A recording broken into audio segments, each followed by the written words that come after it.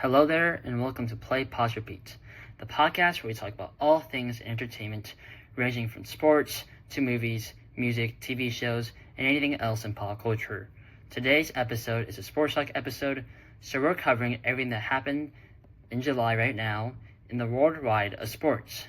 First off, the FIFA Men's World Cup Semifinals, France versus Spain in the first matchup at Dallas Stadium on Tuesday, July 14th at 2 p.m. Central.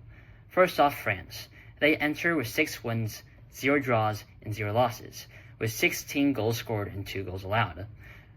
The FIFA Men's number 1 team finished first place in Group I with wins against Senegal, Iraq, and Norway. Then, in the round 32, they won 3-0 against Sweden. Kylian Mbappe had a brace, and Michael Olise had 2 assists. Then against Paraguay, Mbappe scored the game-winning shot on a penalty kick in the 70th minute to win 1-0 for France. Then against Morocco, Mbappe had another goal as they won 2-0. Heading into this semifinal, they look to avenge their previous defeats to Spain in the 2024 Euro semifinals and 2025 UEFA Nations League semifinals. Led by the three-headed monster of Kylian Mbappe, who has 8 goals and 3 assists, Ousmane Dembele, 5 goals, 2 assists, and Michael Olise, who has 0 goals but has 5 assists. They are very superstar heavy and have ample depth, from defenders to midfielders to centers to center forwards to striker, anybody. They can replace anybody at any moment and still perform really well. Although, there's very high tension between the team. Ousmane Dembele, Kylian Mbappe used to be teammates at Paris Saint-Germain, the French club team in the European division. However, though, since Kylian Mbappe left for Real Madrid in 2024, Ousmane Dembele was left stranded there along with a young team of Paris Saint-Germain. Despite this, Ousmane Dembele carried PSG to back-to-back Champions Leagues in 2025 and 2026. Those are the 2 years that Kylian Mbappe was not playing for PSG, meaning that in case Mbappe left PSG just as soon as they got good, and he still has 0 Champions Leagues. In addition, Mbappe has 0 Ballon d'Ors, compared to Ousmane Dembele's 1 Ballon d'Or, and likely 2nd Ballon d'Or this year.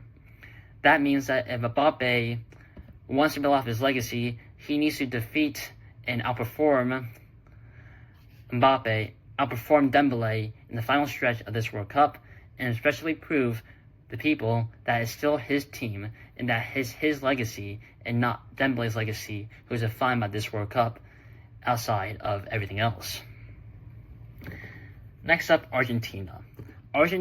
Spain. Next up is Spain. Spain is the other team, and like I mentioned before, they defeated France in the last 2 contests against each other, the 2024 Euro semifinals and the 2025 UEFA Nations League semifinals. With 5 wins, 1 draw, and 0 losses, they have 11 goals scored and 1 goal allowed, that being in the quarterfinals against Belgium. The number 3 ranked team, according to FIFA, finished first place in Group H and drew against Cape Verde, a very remarkable performance by Vozinha, but then they blew out Saudi Arabia 4-0 and defeated Uruguay 1-0 to finish off group play. They then went to round 32 against Austria, winning 3-0. Then you had Portugal against Ronaldo. Mikel Merino scored a late-game winner in stoppage time to win 1-0 for Spain, ending CR7's career right there, basically in the World Cup. But then you have Belgium, and the Thibaut Courtois, the Belgian starting goalkeeper, got injured around the 70th minute. And that point, that's when all the wheels let loose for Belgium. The score was tied 1-1 at that point, but because of that, Mikel Merino again scored another game winner, this time in the 88th minute, as Spain won and advanced to the semifinals. But in this case, Spain has really dominated the game and has only allowed 1 goal all tournament long because they control possession really well. 65.8% possession for Spain, and Unai Simon has only faced 8 shots all tournament long, with 7 saves and 1 goal allowed. But then you look into this matchup with France. France, I say, are the favorites because they definitely have the more superstars, the more depth, the more experience, the more versatility, and just everything going them against Spain. The only way I can see Spain winning is Lamine Yamal, the young teenage prodigy, he's now 19, in his first World Cup, has to play really well and has to be the leader. He has been the leader so far for Spain and has been their main player besides Mikel Oyarzabal. However, in order for Spain to win, like I said, control possession like they've been doing all day long, basically all tournament long, and starve France with the ball, force bad chances, bad takes, and limit France's chances. If France wants to win, they had to press Spain, put as much pressure as possible, take advantage of their possessions, and get as many chances as possible, because in the tie-out game, France will eventually score against Spain, but Spain cannot keep up because they don't have enough depth. Now heading over to Argentina versus England. This one is going to take place at Atlanta Stadium on Wednesday, 2 p.m. Central on July 15th. This one features the three lions of England, who are looking for their first World Cup in 60 years. If it's finally coming home, this might be the year. Who knows? But the number 4 team in the world right now had 5 wins and 1 draw up to this point, with a first place finish in Group L. 14 goals scored, 6 goals allowed, and in group play, they won 4-2 against Croatia in a very big game for Harry Kane, a brace, 2 goals, and Jude Bellingham had a goal in that one. They then drew against Ghana 0-0, but then blew out Panama 2-0 in the final group stage game. Then against the DR Congo in the round of 32, Harry Kane had a remarkable comeback, scoring 2 straight goals in the 75th and 86th minute of the game to give England a 2-1 comeback victory against the DR Congo. Then heading into the round of 16 against Mexico, they survived 36 minutes, down 10 men after a red card in the second half costed them an extra player. Basically gave Mexico an advantage.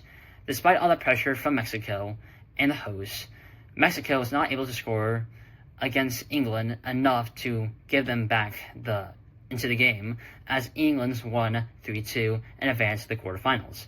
In that quarterfinal matchup, they played against Norway, as Jude Bellingham scored an extra time winner in the 93rd minute in very controversial fashion, as his first goal in the first half of stoppage time in the game was apparently struck by a aerial camera cable during the build-up and somehow was able to land just in front of an English player, and allowed Jude Bellingham to receive a pass and score the game-winning goal. Well, the first goal for England. But then you look at the dynamic duo of Harry Kane and Jude Bellingham for England. England is being carried by this two-man duo, basically. They have 6 goals each, 12 goals of combined out of the 14 goals for England. Bukayo Saka and Anthony Gordon have been heavy contributors with 3 assists each, though. Now let's talk about the defending champions, Argentina. 6 wins, 0 draws, 0 losses, 17 goals scored, and 6 goals allowed. Currently ranked number 2 according to FIFA's men's world ranking, they are the first place team from Group J and are led by Lionel Messi. Messi had a hat-trick against Algeria in the opening game, had another brace against Austria in the second game, and had another goal against Jordan. After that, they had a very, very intense route to the semifinals. In the first game against Cape Verde, they played against a very small nation, led by Vozinha, their goalkeeper. Despite their efforts to keep Cape Verde at bay, they kept on responding. Cape Verde tied the game in extra time during the late stages of the first half extra time, but then Argentina somehow survived that game because of an own goal in the 111th minute of that game of extra time. That led Argentina to win 3-2 against Cape Verde in a very thrilling match. Then came Egypt, down 2-0 in the 79th minute against Egypt. 2 goals, one by Lionel Messi, tied the game in just a span of 5 minutes, basically creating a tense matchup.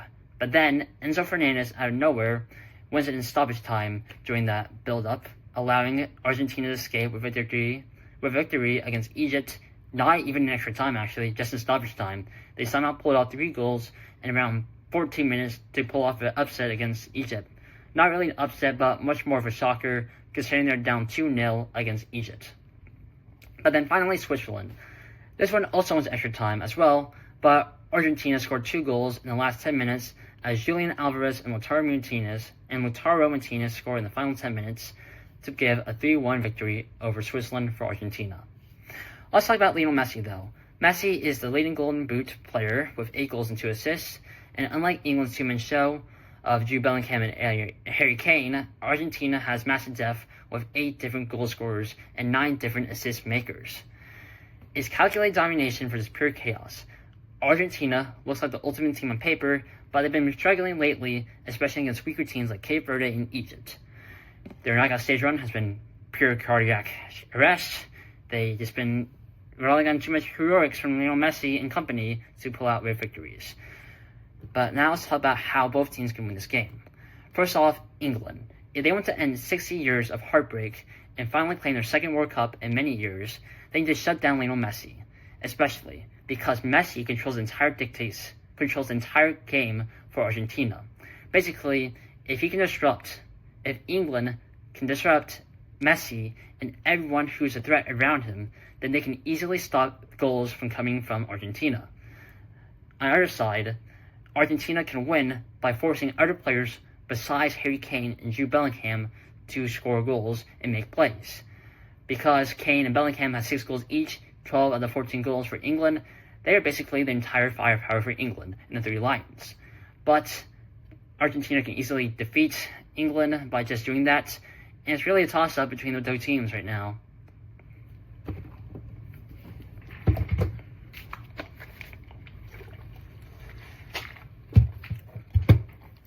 And next up, let's talk about the blockbuster news between LeBron James and his free agency expenditures out of the Los Angeles Lakers organization. At 41 years old, LeBron James is considered one of the best players of all time with 4 championships and 4 MVPs. Yeah, 4 MVPs. And he also, with 2 MVPs, I believe.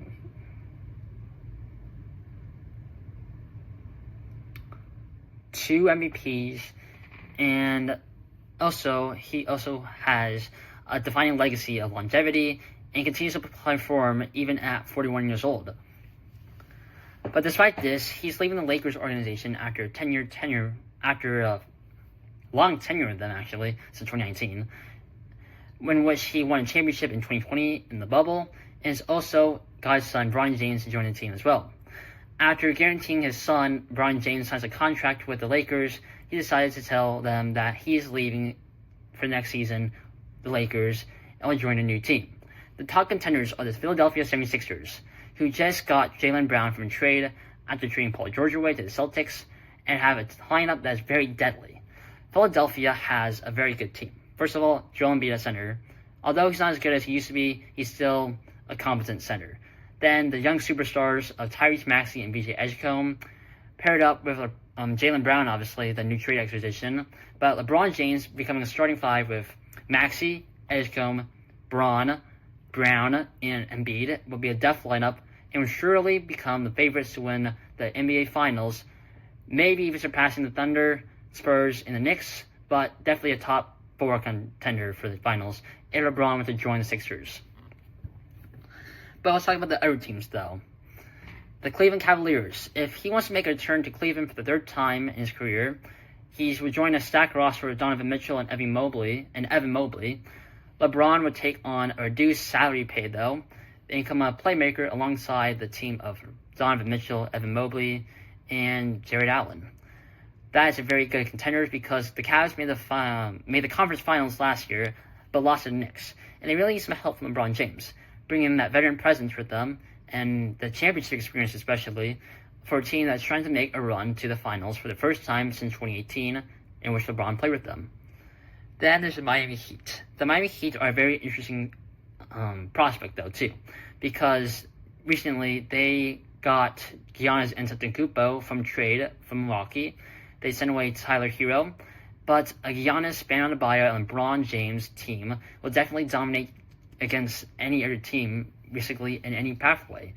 The main reason for this is that it become a big 3. Although they lack depth if this were to happen, because the Giannis trade, obviously, they still have a good lineup. Giannis won a championship, and LeBron won a championship. Won multiple championships, to say the least. And don't forget, Bam Adebayo scored 83 points last year. So he clearly is a good player, clearly. And that lineup would be very good. Obviously, there's a lack of guard play for that team, the Heat, but that can work really well for them if that does happen. And some other teams that have prospects for LeBron James include the Golden State Warriors, Denver Nuggets. The Warriors were the main driving force a couple while ago, but LeBron and Steph Curry reunion. LeBron was not eager to sign with the Warriors on a reduced pay contract, but it's still likely to happen. Who knows? Denver Nuggets, Nikola Jokic, Jamal Murray, and LeBron James would be phenomenal, actually. A very phenomenal team that would happen. But for all we know, though, is that LeBron James' future team, which he probably will retire on, is still decisive between many teams. The Heat, the Cavs, the Warriors, the Sixers, the Nuggets. Maybe just end up signing the Lakers, or maybe even retires, who knows. But LeBron James, this summer has been very interesting, and the craziest offseason maybe in NBA history. Giannis, Brown trade, LeBron signing with a new team, and yeah. Can't wait to see the next season of NBA play. And with that, thank you for listening to Play, Pause, Repeat on Apple Podcasts, Spotify, Instagram, and YouTube. Make sure to follow on all 4 of those platforms. Play, Pause, Repeat. Play, Pause, Repeat. I am Brayden Shea, and thank you for listening today.